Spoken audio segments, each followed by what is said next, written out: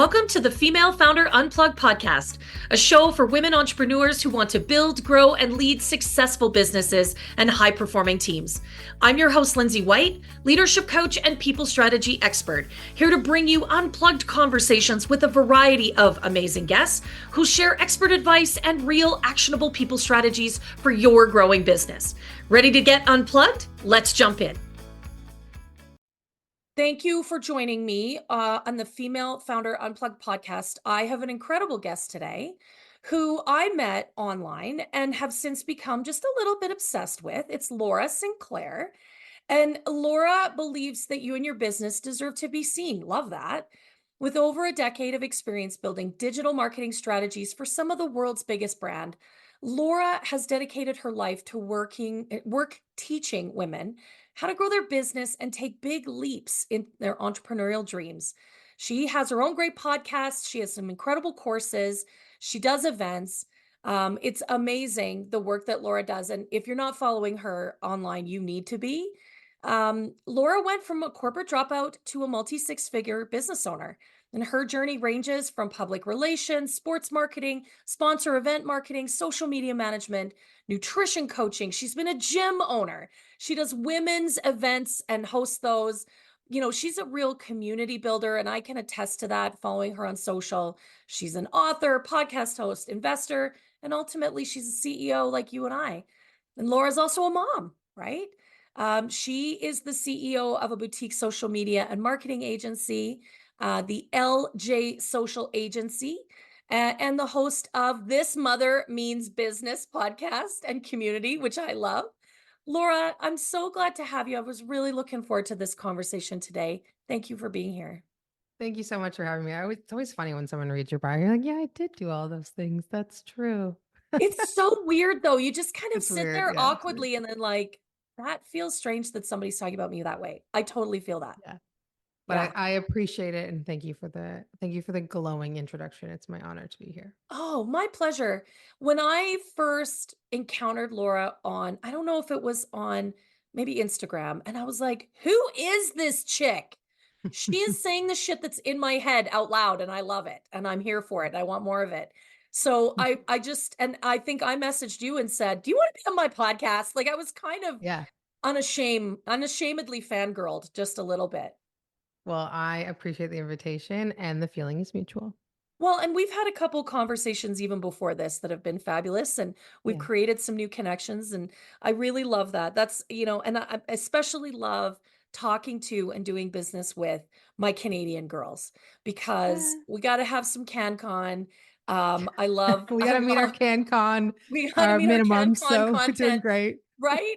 It's coming. They're coming for us on the Yeah, they podcast are world. eventually. No, but I love it. And I think it's not that you and I don't work with women and brands all over the world, but actually doing business with and spending time with, our own compatriots, our own Canadian girls rock. Yeah. And so I do really appreciate being able to work with and have conversations with really great female entrepreneurs here in my own country. Yeah, I agree actually fully. When I first started my entrepreneurial journey, it was very much like I'm an island and I'm alone. And it wasn't actually until I went to Arizona on a mastermind and in a mastermind and met Canadians there. And I was like, wait a second, Wait a minute. why did I get on a plane and fly across the continent to meet people that live like an hour away from me or in other provinces and things like that. So I kind of have made it a bit of a point whenever I meet somebody online, it's like, I'm Canadian. I'm like, oh, okay, we're gonna be friends. We need to meet each other. We're Even totally if it's gonna be just friends. like, you might know this person that I know. And so it's been, yeah, I'm with you. The Canadians, we gotta stick together. We gotta stick together, 100%. Well, you kind of alluded to it, in your bio. You've Yeah. had quite the journey as a female founder. Tell Yeah. us a little bit more about that, because I always love hearing these stories. Yeah, buckle up. My journey is interesting, like pretty atypical, I think. Like I am the first entrepreneur in my family. When I thought about entrepreneurship growing up, it was like you needed venture capital. I needed to like invent Spanx and be Sarah Blakely. Like Right. that was what entrepreneurship was. I was very much prescribed that you go to school, you uh get a job, you go to university, you get a job, you work for somebody else. Like that's your life. My dad was a banker, my mom was an accountant, and then a stay-at-home mom. And so like that's just what I was around, Yeah. people that were lawyers and business people and doctors, like that was it. And yeah, if you were going to start a business, you had to invent something and like be the next Spanx, which my brain doesn't really do. Like I'm not about to invent Yeah. a product. I don't Yeah. have that in Yeah. me. And so, I did that. I subscribed to what was prescribed and I went to school and did public relations. I did communications in school and university. And then I did a public relations diploma after and started working in PR firms in Toronto and hated it. And Mm. it was, it was a Yeah. lot. And I never kind of started in PR. And that was around the time when social media was like a new thing and brands were letting the interns run the Twitter accounts while I was Right. the intern. And so I got this very, very quick, fast Yeah. bringing up in the digital space because that was sort of when I was entering the workforce and kind of jumped around between different agencies doing different types of marketing work. So public relations into social media, into some sponsorship marketing, event activations, and then ended up landing running all the digital media for a luxury automotive company, German luxury automotive company in Canada. And so got to work on a lot of really cool things, did some Olympic marketing, some sponsorship marketing, just got to go on some cool trips, like do all the cool things. Yeah. But truly, when I was in my corporate job, I was always like, what's next? Like, this is boring, Yeah. And I struggled with process for process sake. I Yeah. struggled Yeah. with I wasn't a great employee. I questioned a lot of things like, well, why are we doing that this way? Like this, there Yeah. must be a better way to do this, And I always kind of colored outside the lines. And in 2015, I ended up leaving my corporate job. I bought a CrossFit gym with my then boyfriend, now husband.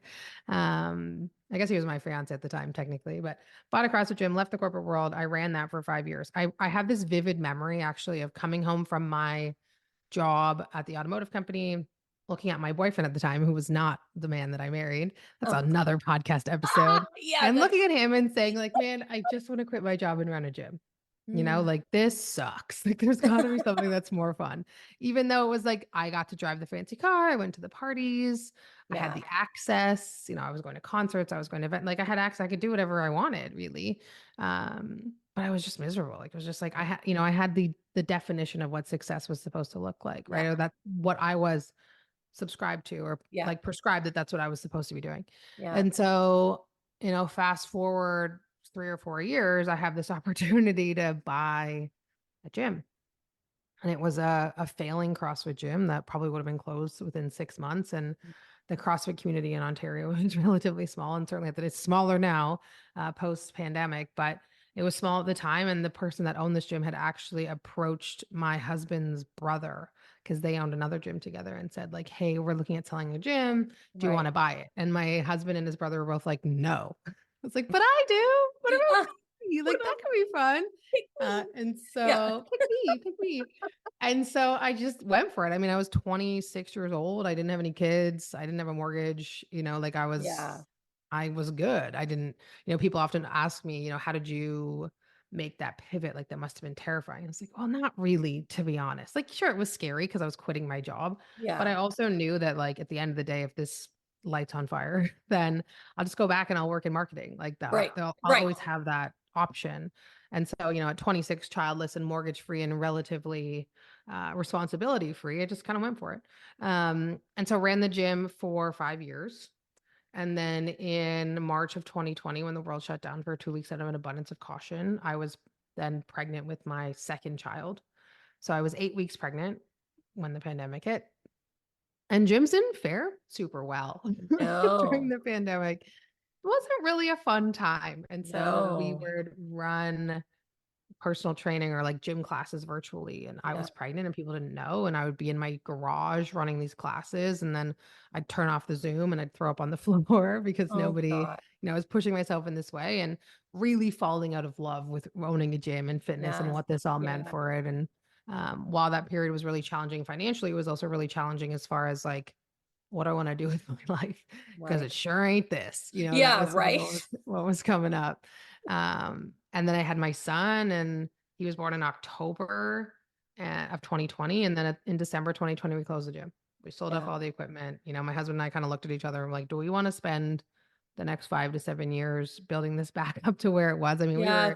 we lost like half of our membership. We were at like 215 members, which in a small town CrossFit gym is pretty darn good. And Yeah. then we were, during the pandemic, in those little slivers of time that we were able to reopen, we were down to like 115 members, which is a big cut of your Yeah. profit, your Yeah. business. And so, it was like, okay, I have a 3-week-old baby. I can Mhm. pay a nanny $20 an hour to stay with my baby so that I can go and save $25 an hour coaching CrossFit class, or we'll just put a bow on this whole thing and we're going to move on. And Yeah. so that's what we did. We put the bow on it and just decided, you know what, there's going to be more. My husband has a career as a firefighter. And so the gym was really my thing. Yeah. And so there I was, December 2020, with a 3-month-old baby. I just sold off all the gym equipment, which fortunately people wanted at that season. Right. Yes. So that was easy to do because nobody could get into the gym. Um, and then I started doing what was easy because I had a tiny baby at home. I needed to make money. I had money from selling the gym equipment, so I had like a Yeah. little bit of money to sit on. And I kind of said, okay, I need to make $5,000 a month so that I can stay doing this because I Yeah. do not want to go get a job. That was, we're No. Canadian. Most of my peers that are having babies, they quote unquote get a year Yeah. off from their jobs. That wasn't something that I had. It wasn't No. something I had. I mean, I had my daughter during the time I owned the gym. I had my son. I've never taken a maternity leave. That was never something that Yeah. I had. But the idea of going back to work and doing a career, going back into the Yeah. workforce was not of interest. Certainly not with a very tiny baby at home, even though Yeah. that's very typical for your American listeners. That's just like, yeah, that's what you do. You go back to work after 12 to 16 weeks. But for me, that wasn't an option. And so I did what was easiest for me, which was teaching people of social media. I had met a lot of really incredible small business owners Yeah. who were great at what they do and terrible at filling the funnel in their business and learning how to use social media. And so that's where I started. I started teaching that. And then um, started having conversations about more like deeper marketing concepts, not just social media, but how does that work within your full marketing stack, which was great and fun until then you start having conversations about, well, why is this marketing stuff so hard? It's very easy for me to be like, all right, Lindsay, here's what we're going to do. You're going to go do X, Y, Z things. You're going to create this content. You're going to send these emails. You're going to connect with these people. It's a whole other thing for a person to actually do it. Yeah, it There's a is. whole lot of like stuff that starts to come up. 110%. Your Yes. stories. What if Yep. I bother somebody? What if I take up space? What are they going to think of me? All that stuff. Oh, that internal chatter just The gets going. internal chatter. And when The you're a internal solopreneur, chatter. you're early stage founder, you're trying to figure this stuff out. It's a lot. And so I started to shift my practice, the work that I'm doing, my mentorship towards really kind of holding space for both of those things. I was realizing that, giving people these tools, I was watching, not even just realizing, I was watching having these people pay me to give them this advice and then them not take it. Yep. And I was like, okay, what's missing here? Yep. And so now the work that I do is, yes, people are still coming to me for marketing help, but they're staying for the leadership piece. They're staying for the growth and really knowing that there's somebody there that has their back while they do these scary things, because oftentimes that's what building a business is. It's scary. And so, Let's from just be that, clear. It's actually terrifying. it's Like terrifying, building a business is terrifying. terrifying. It is Yeah. the scariest thing you will ever do. 100%. Yeah.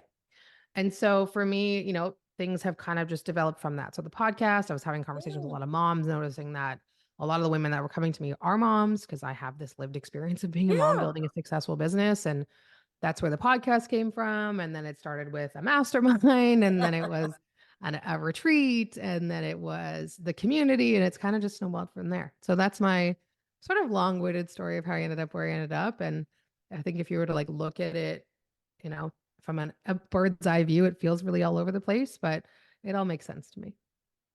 I think it makes a great deal of sense. And I think, the reason it makes sense is because our journeys are not linear.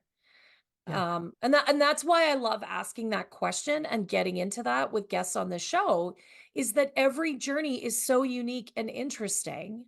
yeah, And it is the twists and the turns along the way that lead us to where we are today. We're the sum of our experiences, the good ones, the absolutely. bad ones, and the ugly ones, right? Yeah. And so, yeah, that's why what you do today is so meaningful and connects with people because you've been through it. Oh yeah.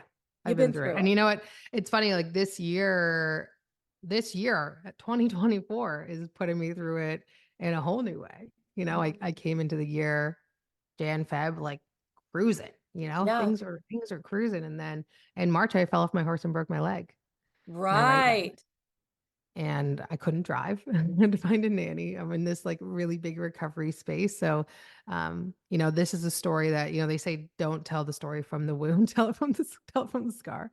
And so I'm like learning. There are parts of it that have scarred over, and there are parts of it that still feel like a wound. But it's been a really interesting year for me because I feel like this is another layer to my story that hasn't quite shown itself just yet, but Yes. it will at some stage. That's a tough one. Like Yeah. literally a tough break. Literally a tough break. Yeah. Ah! Yeah, and you know what? I'm now that at the time of this recording, like I can drive again. I have been back on my horse a little bit. I can walk. I still limp. Mm, I'm trying to build strength back and mobility yeah. back, but it's been a really difficult year. Yeah. That is tricky. That Yeah. is really, really tricky. I'd love to ask you, you're still going through it. You're still kind of in Yeah. the mix. What have you learned from that experience? Oh my gosh, so much. How much time do we have? You know what? Like just a wild amount of things. I think there's two really big ones for me. One is that I did not ask for help enough. I really thought Oh, that I was asking for help. Like if you had said to me, like, Laura, do you ask for help? I'd be like, yeah. No, I did not. no, Because it's when hard. I broke my leg, I mean, we had to hire a nanny, but Yeah. I couldn't drive, and I had to go to the hospital for these appointments. And so I found myself having to ask people for things for the first time that I would never have normally Yeah. asked for. And, Yeah. parents and my daughter's in grade one, was in grade one this year. And parents, they knew that I had broken my leg. A couple of them I knew, but not particularly well. And one of them lives around the corner and was like, well, I'll just drive her to school. We're too far from the bus. So she wasn't taking the Yeah. bus. So I need to drive her to school every day. Well, I'll just drive her. And so these people started to come out of the woodwork and in ways that it was actually difficult for me at first. I like felt Yeah. badly, but I also didn't have a choice. Like you have No. no choice. You have to receive this help. And so for me, that was a really big one.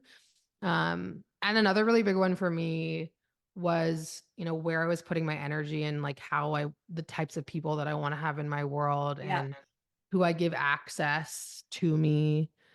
That was really interesting because I'll be honest, when you break your leg or any bone, you're exhausted. Like your body is Yeah. exhausted. I couldn't believe how like just drained I was on so many levels.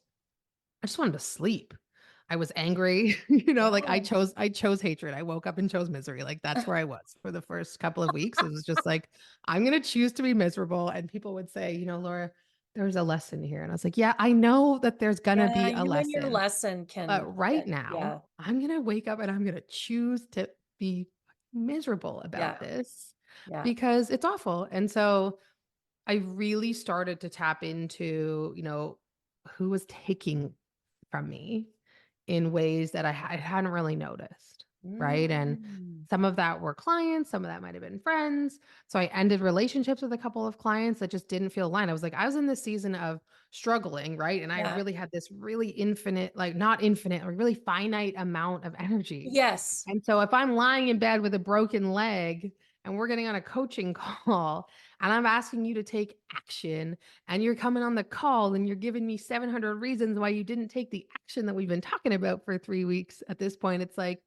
Wait a minute. girl, wait a minute. Like I believe in everyone's ability to be successful. I have Yeah. so much love for people that are trying things, but my patience for people that are not willing to try, I realized was like, just like, okay, we're done here. And so for me, there was a really big, just awareness of the types of people that I want to work with. Like I want to work with people who, are ready to take radical responsibility for themselves and not in a place where it's like, well, I couldn't do it because of XYZ excuse. And Yeah. so for me, like where I'm putting my energy and the types of people that I want to help and I want to support was something that really came through for me too.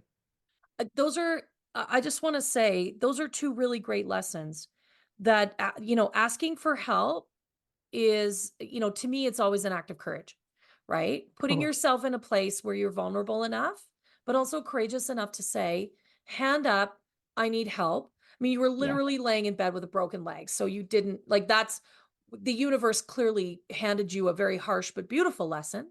Yeah. But as entrepreneurs and female founders, we're shitty at asking for help. We're really terrible at it Oh, and I'm for the so most part. proud. Like, I'm so proud. So proud. So And proud. then Yeah. your second lesson, around who do I want to work with? Yeah.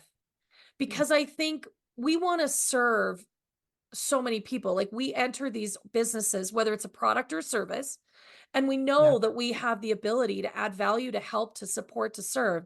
But we got to be really clear on who do I like to work with? Because that's Yeah. where you're going to do your very best work. That's And where that's you're that's really the going to energy deliver. exchange for me. When I talk about Yeah. like people that take like I want to serve you and the way that you can reward me is by Yeah. taking the action and doing the thing because when I Or at see you least do the thing trying. or trying, yeah. Just try Cuz it. when Yeah. I see a person doing it, that's fuel for me, right? It's like, yes, there she goes. There Yeah. she's doing it or they're Yeah. doing it or whatever. Yeah. And for me, yeah, I want to help everybody, but I need to help someone that wants to be helped. I think that's 100%. that's the big part of it, right? And like 100%. I can't save you. Nope. Nobody is going to save you. Nope. We And are not in the I business. definitely allowed some people into my world that I was like, I'm going to save you. But Mhm. no, like I can't Yeah. I can't do that, right? I have two children. I have a partner. So I've got to take care of myself. And I'm in Yeah. this season of like struggling to save anybody. There I am with a broken leg, being like, Yeah. oh, it's actually not my job to save anybody. No. And Th- so really aligning in that has been huge for me. Yeah. There is a very distinct difference between serving and saving. Let's just Yes. call that out. Yep. Saving people, totally not your job. No. Unless you are in ER for like frontline ER Yeah. physician, you are an EMT. Yeah. You work for some A kind of firefighter. firefighter, Coast Guard Yeah. organization where you Yeah. literally fish them out of the ocean.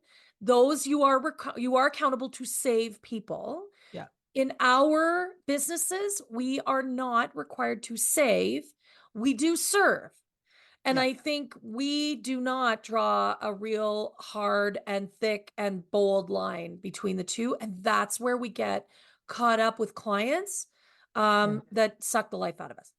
Yeah. And that's where I was, honestly, like lying in bed being like, oh, I cannot save these people. No, I no. can only save myself. Yeah, and at And, this point, you I'm know, struggling to do at just this that. point, Yeah. yeah.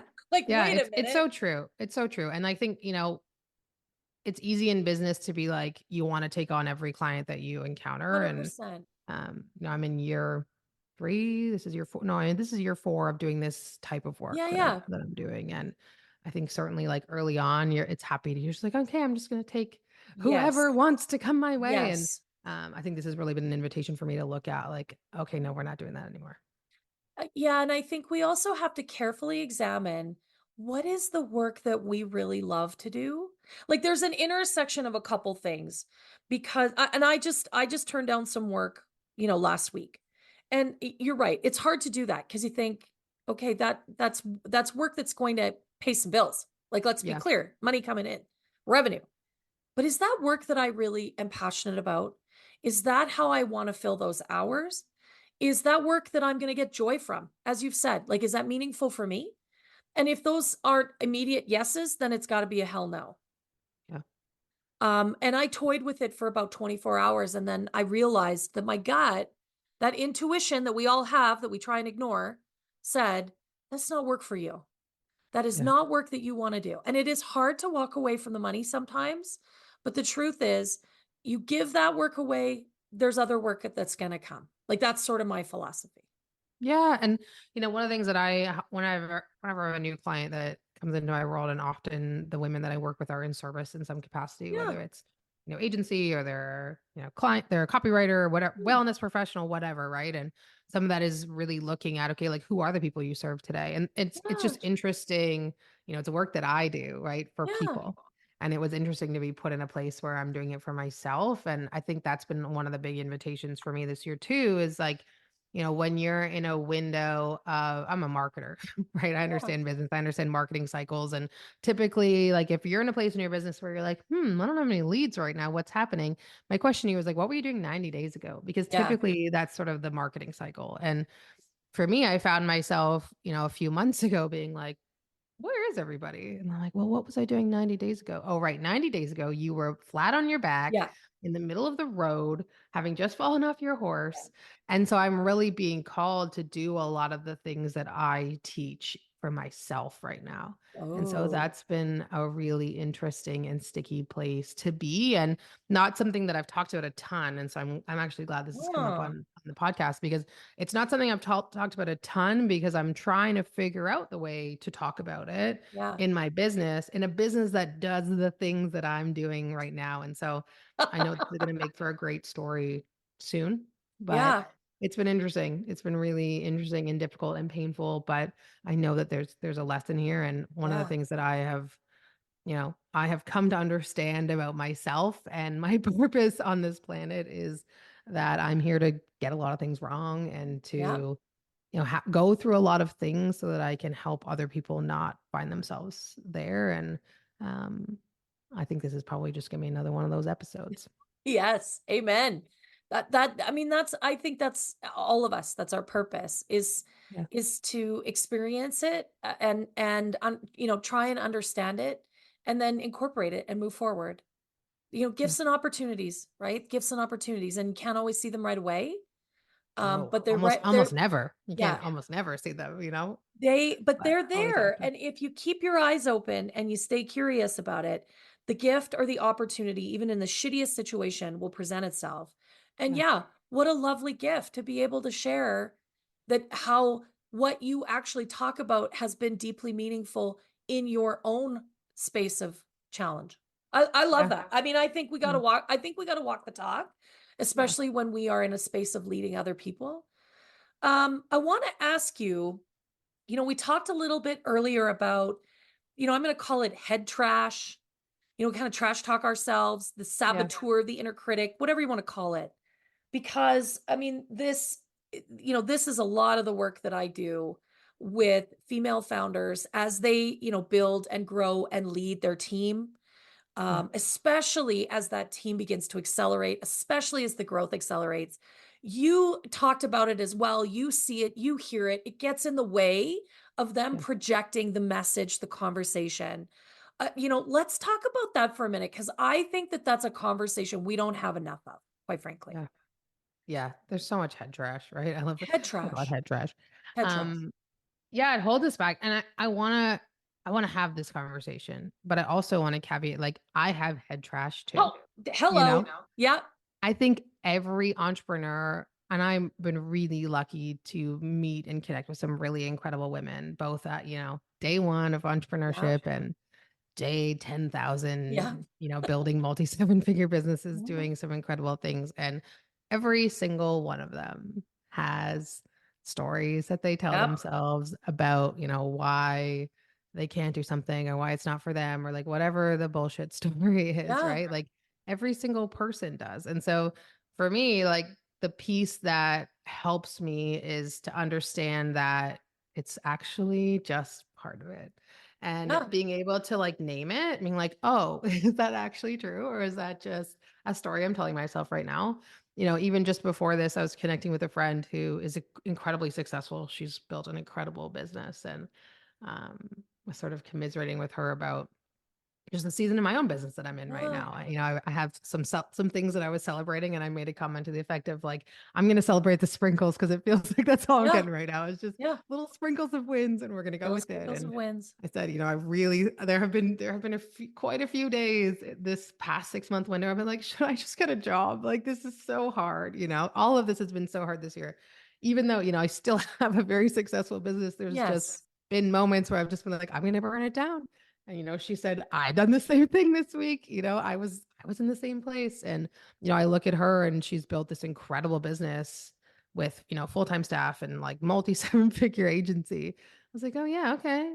Well, it's not just me. Good, good. Sometimes you Yeah. need that, right? And so knowing that, it is part of it is having those stories. And then coming up for yourself, like what are the tools that you need to have as an individual to help navigate that? And so for me, my stories tend to be around like, who are you to think that Yes. anybody Yep. cares what you have to say? You know, as a person with a podcast and as a person that loves to guest on other people's podcasts and has a community and leads masterminds, like, who the heck do you think you are? That's Oh, sort of yeah. Yep. that's mine. Yep. Um, Other ones that show up for people, it's like, I don't want to bother anyone. Like, what if someone's gonna like, what would they Yep. think about me?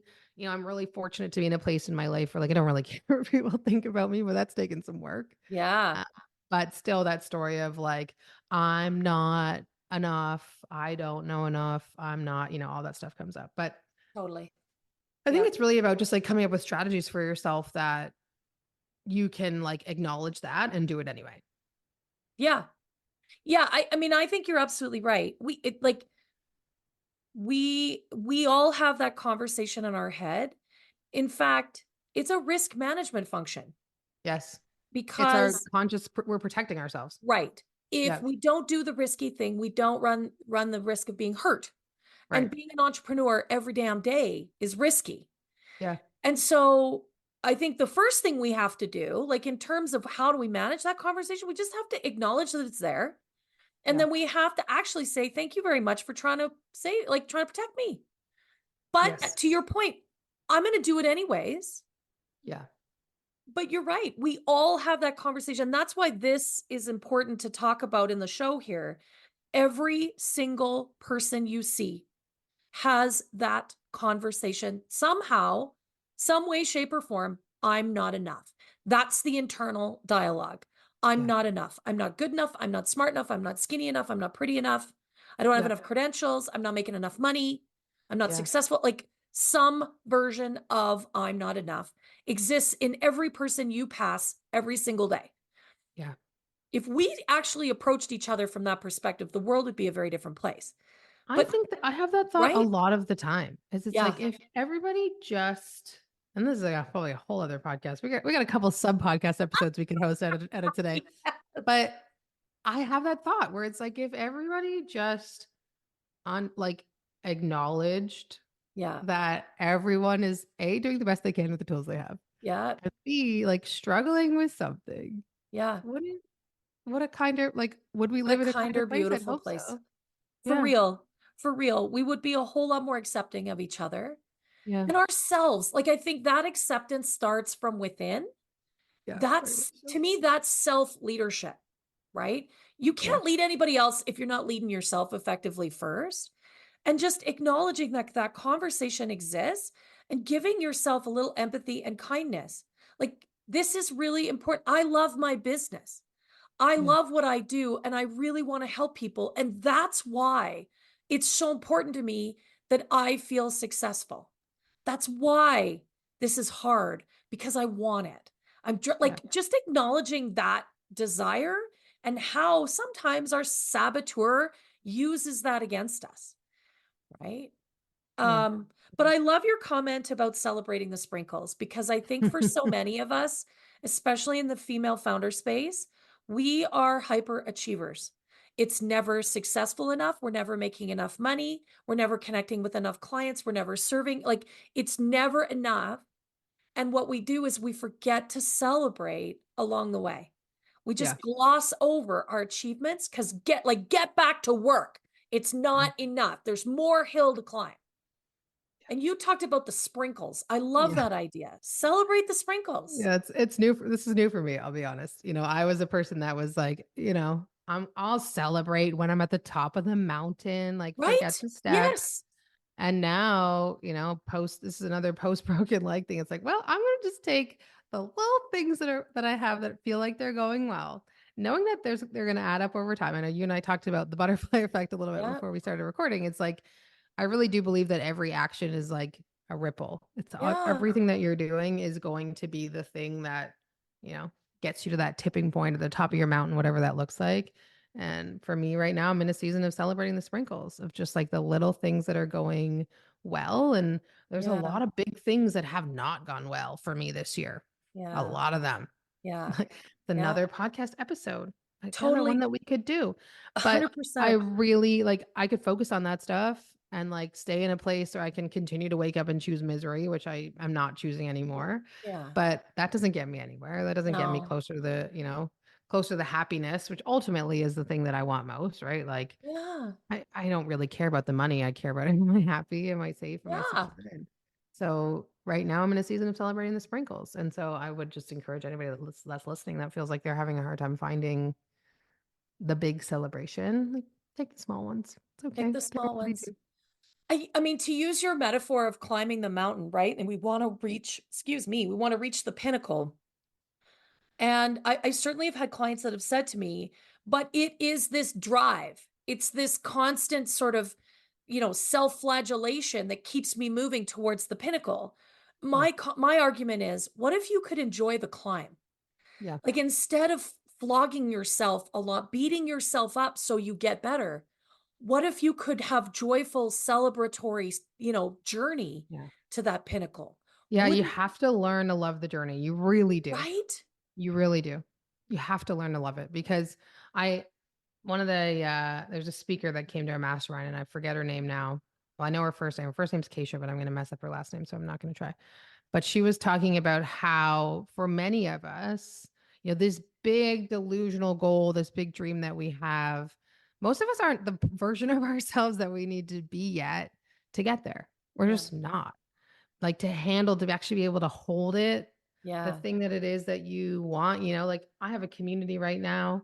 I would love to have 1,000 women in that community. Yeah. But like to hold that many people, I don't know that I'm a version of myself yet. And so learning to love the journey, learning to fall in love with that Yes. instead of focusing on, "Oh, there's not 1,000 women in my thing yet." It's like, no, that like the journey is that's it, right? And Yeah. there's no real end destination because let's be honest, if you're choosing entrepreneurship, you're going to get to that goal. You're either going to sell your company and start something new, or you're going to decide actually that wasn't the version of the Yeah. mountain. There's a Yeah. bigger one that I can climb. So Yes. there really isn't an end destination with entrepreneurship, even for the people that I know that have, exited their businesses. They're always building something else. Yeah. Yeah, there is. And I think, you didn't say the word, but part of that enjoying the journey is the gratitude, right? Yeah. The gratitude for what's right, what's present, in like today. Mhm. And we can get really caught up, really easy to lose sight of that because we are trying to build things. I mean, the Yeah. women that you and I work with, they're real focused and driven and smart and savvy, and they have those big dreams, but we cannot lose sight of what we need to be grateful for right now in Yeah. that journey. That is in fact what fuels that head trash. And kicking the shit out of yourself is not going to further your entrepreneurial journey. In fact, I think that's the fast lane to burnout, Yeah. right? Is when you let the head trash get ahead of you. And there are ways. There are absolutely, one of the things I've learned over the last 3.5, 4 years is how to manage that conversation in my own head. I am not perfect. Let me be clear. It is a battle every day Yeah. because it's your own mind. But there are ways to do that. And it's been really important for me to keep me focused, to keep me connected, to keep me moving forward without feeling like every day I'm just battling my own head. Yeah. Yeah. You got to figure out like the self support, something that I talk about in my mentorship a lot is like, how are you supporting yourself? What are the things that Yeah. you're doing for you so that you can stay, plugged in, stay grateful, stay attentive, awake, all the things, right? And Yeah. for me, a lot of it is having peers. I've Oh, worked really yeah. intentionally over the last few years to develop a really strong peer community of people that I can Yeah. reach out to. Even, this friend that I was talking about texting with earlier today. Yeah. Like I have intentionally built community for myself of peers and then also created community that I can be supportive to and they can find their Yes. peer networks within. And so Yeah. that's been a big part for me. And then, everybody's different as far as like the things that they need to resource themselves. But for me, peers is one of them, eating well, exercising, riding my horsey, except for when he breaks my leg. Right? Damn thing. Yeah, but I think, I mean, being an entrepreneur is often very lonely. Even when you do, I Yeah. mean, I work with women that, they are building and growing their teams, but the truth is you're not having the same conversation with that team. Yeah. You need that peer group, right? You Yeah. you need that community to be able to relate on the same level, to Yeah. share in some of the things that you might be struggling with or experiencing. I think having that peer community is absolutely crucial, um, so that you can just get it out of your own head, lay it out, and have someone help you explore it. Right. So whether you find the peer group, whether you engage with some coaching, whether you do a program or a mastermind, something like that is absolutely crucial, because the head trash will get you. Like, it just swirls, right? It just swirls if you don't get it out. Totally. Yeah. Laura, thank you so much. This has been, like you said, we probably need to do like 8 more podcasts. So we'll work on that. But I really appreciate this conversation today. I appreciate your vulnerability, Mm. sharing, especially your most recent and challenging space in your business. Because, not all of us are going to fall off a horse, but it may feel like it at moments in time. Yeah. And I'm really grateful you would share that with us. Of course. Yeah. I actually, it's funny. I had somebody message me yesterday asking if I would keynote their event and specifically asking if I would talk about Oh, breaking yeah. my leg. And I thought, I'm surprised that anybody thinks that this story is worth telling. And so sort of been open up the invitation of like, okay, maybe this is a story worth telling. So thanks for giving me the space to share it today. Well, if nothing else, it's a fantastic metaphor, right? It is. I It is. think I think that's fabulous. But yeah, I'm really grateful, and I'm not surprised people are seeking you out and saying, "Will you just come and talk to us about this? Share Yeah. your experience." And that's what this show is all about, right? So super grateful to have you here. And yeah, we'll work on recording those 8 other podcast Yeah. episodes. We'll get it done eventually. We'll totally get there.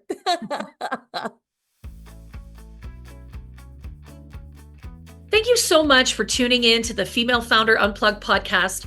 I hope you enjoyed listening as much as I did hosting this conversation. I feel so lucky that I get to connect with such amazing female entrepreneurs. And if you enjoyed today's session, would you do me a big favor? Would you hit subscribe and give this episode a 5-star review? I'd also love it if you would share with your friends. We've got a goal here at the Female Founder Unplugged podcast to impact 1,000 female founders. And with your help, we can really amplify the message. Thanks again for being a part of the show. And don't forget to connect with me at highvoltageleadership.ca. We'll see you next week.